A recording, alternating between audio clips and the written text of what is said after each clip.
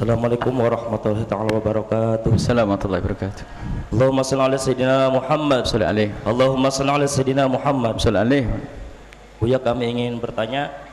Kami pernah melihat Buya di dunia internet gitu Buya. Ada seorang ulama, mungkin kiai gitu, itu ceramah di Natalan gitu Buya. Itu ada yang setuju, ada yang enggak. Itu menurut Buya pribadi itu seperti apakah jamaahnya juga tetap mengikuti atau tidak mengikuti? Mungkin itu saja. Wassalamualaikum warahmatullahi wabarakatuh. Hukum berceramah di gereja. Kalau pada hakikatnya menyampaikan kebenaran itu di mana-mana. Apakah di gereja, di kuil, di ini menyampaikan kebenaran adalah hak. Cuman permasalahannya adalah di saat seseorang melakukan sesuatu ada hal-hal yang tidak dicermati dan diperhatikan sehingga menjadi mudaratnya lebih gede, musibahnya lebih besar. Kalau misalnya yang menjandang-adakan ceramah di gereja adalah orang yang betul-betul disiplin tentang urusan agama, misalnya dia menegakkan kebenaran, misalnya apa? Meyakini bahwasanya kekafiran adalah kekafiran, setelah itu harus berlemah lembut. Maka di saat mengadakan ceramah di gereja, tentu tidak akan ada yang bertanya. Contohnya orang yang tegas dalam syariat. Misalnya satu orang yang betul tegas di dalam syariat dan dia tidak pernah main-main tentang syariat, tidak pernah merendahkan syariat. Kemudian kok tiba-tiba bertemu dikumpul di sebuah gereja, bahkan di Roma sekalipun, menyampaikan satu pesan agama syariat Nabi SAW, seperti yang pernah disampaikan oleh satu pembesar di Yordan, menceritakan tentang Islam di depan orang-orang Kristen. Ada sesuatu yang mulia untuk mengangkat Islam. Akan tapi ada orang ceramah di gereja itu sampai saya tidak pernah kenal orang tersebut, hanya kita diberi sebelum mendapatkan video tentang ceramah tersebut, kami sudah mendengar bahwasanya ada video-video yang disebarkan dan orang yang bercerita mulutnya itu tajam, kotor, kemudian dia bergaul dengan orang-orang yang tidak punya kecemburuan kepada Islam. Setelah kita lihat di dalam ceramah tersebut, mengucapkan sholawat saja ditarik, sholawat saja ditarik, kayak nyesel dia bersalawat kepada Rasulullah SAW. Allah SAW, shollu ala Nabi. Jadi kayak main-main tentang Islam. Ya kalau sudah ada tanda-tanda semacam itu, apa? Biarpun kalau beralasan sih, kalau memang alasan bisa bahwasanya ceramah itu kepada siapa saja. Nabi Muhammad waktu pertama kali dakwah jadi ceramah siapa? Orang kafir. Benar, ini hujahnya. Cuman caranya itu. Jadi kalau orang ceramah di gereja, ya mungkin satu khusus, misalnya kita diundang di gereja untuk menjelaskan tentang keagungan Nabi Muhammad, keagungan Islam, ayo saya datang. Tapi kalau justru untuk merendahkan Islam, ini kan dibohongin kita, dan itu ada tanda merendahkan Islam. Yaitu jadi haram kalau orang-orang seperti itu. Ternyata Masya Allah caci maki, mencaci golongan Arab, mencaci ini, mencaci syariat Islam. Rupanya dia adalah termasuk golongan orang yang masuk dalam Islam liberal, suka merendahkan syariat Nabi SAW. Jadi kalau orang begitu masuknya ke situ pun sudah nggak benar.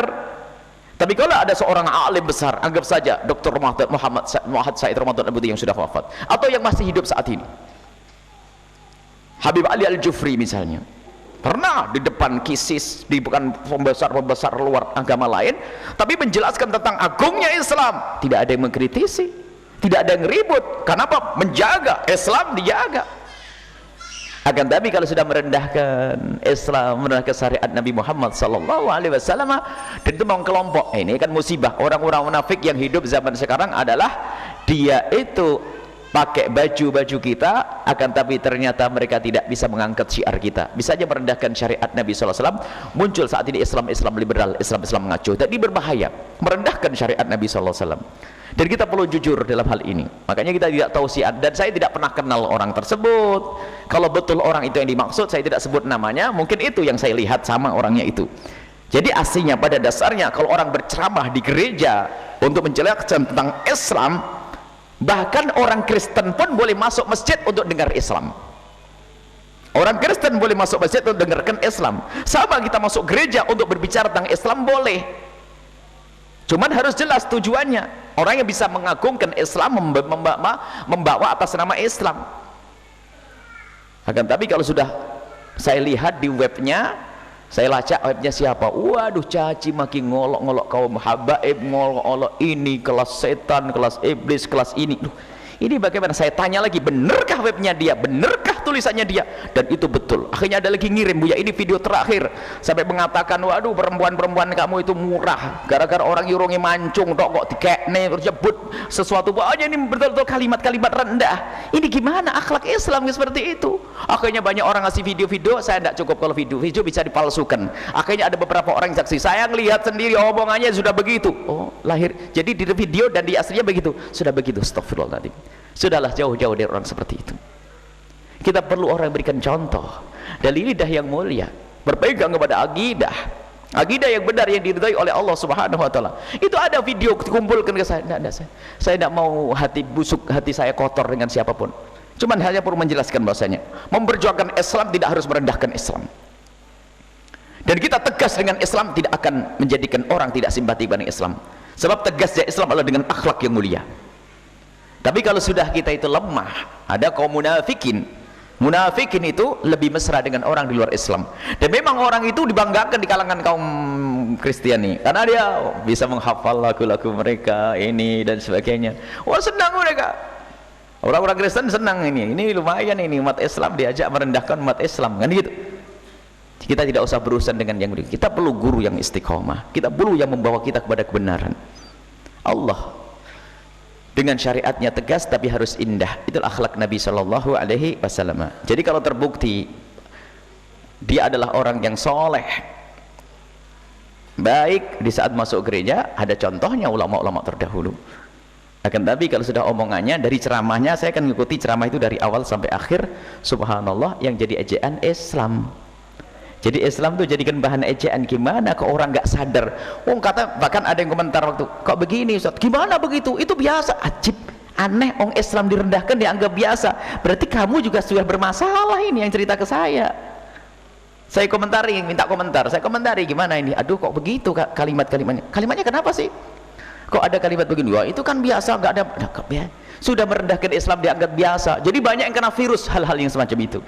Hati-hati ya, sekarang banyak orang yang mengaku dirinya tokoh atau dianggap tokoh, akan tapi dia tidak pernah punya kecemburuan kepada Islam, merendahkan syariat Nabi Shallallahu Alaihi Wasallam. Nabi Muhammad adalah Arab. Kita tidak boleh membenci Arab, karena Nabi Muhammad adalah Arab. Kalau ada orang Arab akhlaknya jelek, yang kita benci akhlaknya, bukan Arabnya. Arab ada Nabi Shallallahu Alaihi Wasallam, Arab ada Rasulullah. Nah ini, jadi ini bukan masalah kita itu suku-sukuan dan sebagainya. Nabi sudah jelaskan, inna akramakum indallahi atqakum. Orang Jawa yang kulitnya hitam kayak begini misalnya, atau bagaimana, tapi akhlaknya baik, imannya kuat, ya kalah orang Arab yang tidak punya iman, tetap kalah. Cuman jangan sampai kita membenci Arab karena Arabnya. Nah, ini bermasalah sekali. Sampai luar biasa komentar ini, Buya ini orang Jawa aja bajunya baju Arab. Jadi sudah sebetulnya saya banyak, apakah selama ini ada yang merasa kesabet sama sorban saya sehingga ada yang marah? Kalau saya merasa betul-betul ganggu, ya mungkin maaf saya akan rubah. Kalau tidak ganggu, kenapa kok sibuk dengan urusan baju saya? Berarti dia sudah merendah. Apa? Dia tidak sadar kalau begitu sudah diskriminasi. Jadi orang harus pakai baju apa? Saya pakai baju Cina karena saya ada Cinanya misalnya, atau kayak ini. Urusan baju menutup aurat selesai. Adapun saya punya baju begini adalah karena saya ngikut guru saya dan saya punya tugas begini. Kalau saya jadi presiden mungkin saya pakai dasi. Kalau saya DPR pakai dasi. Ini kan tugas masing-masing ya. Kalau lagi angkat semen ya nggak usah pakai imamah, kotor imamahnya. Ini bagian masing-masing. Lah dia nggak sadar, dia komentari Arab nggak sadar komentar saya ini sudah bermasalah. Dan saya tidak pernah merendahkan orang pakai baju batik kok, pakai belangkon monggo sana, pokoknya di kepala belangkonnya. Jadi kok aneh, jadi dia tuh nggak sadar waktu ngritisi kok Buya pakai baju gitu tuh, dipikir dia tuh bener ngomong gitu tuh. Nah ini, jadi ada orang yang sudah terpengaruh dengan budaya-budaya merendahkan Arab. Ini kata. Tapi kalau Arab nggak bener, itu bukan Arabnya, tapi akhlaknya. Lihat, ada Nabi Muhammad SAW. Memang ada Abu Jahal di sana. Cuman Abu Jahal kita caci maki bukan karena Arabnya, nggak pernah Nabi itu marah kepada Abu Jahal karena kamu itu Arab, begitu nggak ada.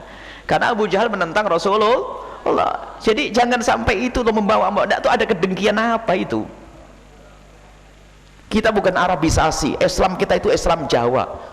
Islam Jawa, orang Jawa masuk Islam, dan Islam Arab itu juga nggak ada. Adalah Islamnya Nabi Muhammad. Nggak ada Islam Arab, Islam Jawa. Orang Jawa dengan orang Arab biarpun nggak pernah kenalan, kalau sholat bareng mazhab Syafi'i sama, rukuk sujud. Nggak ada orang Jawa sholatnya miring sana, orang Arab miring situ, nggak ada. Kenapa kok jadi yang katanya dia anti suku-sukuan, dia sendiri telah membuat. Heran itu cara berpikirnya bagaimana itu? Merendahkan Arab, kok tahu nggak perlu diakultuskan Arab. Siapa yang mengkultuskan Arab? Ini termasuk lah, ini kelompok-kelompok seperti itu. Sisi lain dia tuh bingung di saat bicara tentang Wali Songo, dia menyanjung Arab loh. Ini gimana nih? Kok turunan wali dan sebagainya. Ada kekotoran di dalam hati, itulah kadang-kadang menjadikan orang kalau ngomong antem sana, antem sini, merendahkan sana, merendahkan sini, tanpa sadar sampai Nabi Muhammad pun direndahkan. Lihat omongannya, rekaman potong-potong merendahkan Rasulullah Shallallahu Alaihi Wasallam. Sampai Nabi dibuat guyonan, Nabi dibuat guyonan. Kita menyebut Nabi Muhammad saja kalau tidak sendu, tidak ini, kayaknya ada kurang di hati kita. Bagaimana nama Nabi Muhammad disebut dengan guyonan? Nabi Muhammad tuh kok kayak wong Jawa ya. Dia ada guyonan, seneng. Apa kok gitu? Nah, cerita-cerita pokoknya ada. Jadi apa maksudnya? Orang Jawa menjadi waliullah, dekat dengan Nabi. Salmanu min ahlil bait. Bahkan orang kalau sangat-sangat mencintai Nabi dan ahli bait Nabi, nanti bergabung dengan rombongan ahli bait Nabi. Biarpun orang Jawa, orang Jepang, orang Korea, orang apa ini, kalau sudah punya iman sanding dengan Nabi. Orang Arab kalau tidak punya iman jauh. Ini kaidah jelas, nggak ada dibeda-bedakan oleh Rasulullah Shallallahu Alaihi Wasallam. Justru orang ini loh yang membeda-bedakan, harus Islam Jawa. Harus Islam Jawa. Kita ini Jawa, kita itu membawa dari Arab tuh Islam, bukan membawa budaya Arab. Jadi yang perlu kita bawa Islam, lalu Islam Jawa. Apa ada Islam Jawa? Memang ada Islam Arab? Ini betul-betul bingung, dia sendiri bingung ngomong begitu, dan itu mulai. Nah, ternyata orang itu yang memecah belah. Siapa yang membawa Islam ke Indonesia? Orang Arab. Para mujahidin, para wali-wali 9 dan sebagainya. Kita harus mengakui kebaikan dan kebenaran. Sudahlah, hilangkan kedengkian dan hilangkan kebencian. Kita berpegang kepada syariat Nabi Muhammad sallallahu alaihi wasallam. Dan kalau dikembalikan dari mana itu semua kok terjadi? Karena jauhnya dari Nabi sallallahu alaihi wasallam. Kalau orang punya cinta Nabi nggak akan berani. Kalau orang mencinta Nabi tidak akan berani menolak Nabi, apalagi menjelekkan tentang suku Nabi, tentang bangsa Nabi. Allah, bagaimana ngaku cinta Nabi, cinta Rasulullah, berani ngomong Arab.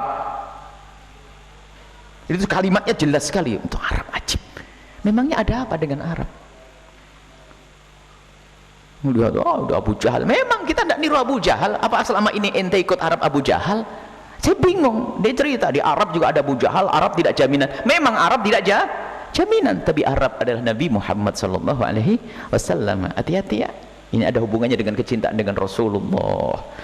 Memang ada Islam ngaco, Islam gado-gado seperti itu. Islam liberal, Islam aneh-aneh, merusak. Kita perlu Islam yang benar, tapi tetap dengan kelembutan. Kita dengan akhlak yang mulia.